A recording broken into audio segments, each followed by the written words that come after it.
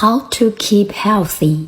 怎样保持健康 ？We want to keep healthy. We should have a healthy eating habit.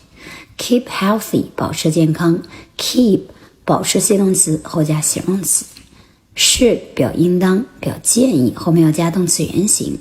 Firstly, we should eat more vegetables.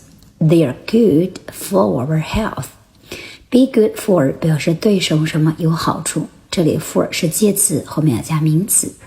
Secondly, we should eat breakfast, lunch and dinner every day because they can give us enough energy to carry out our daily activities.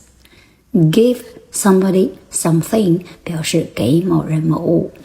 Give 是一个双宾语动词，我们也可以说 give enough energy to us. Finally, we should get away from junk food because it is unhealthy. Junk food 是垃圾食品。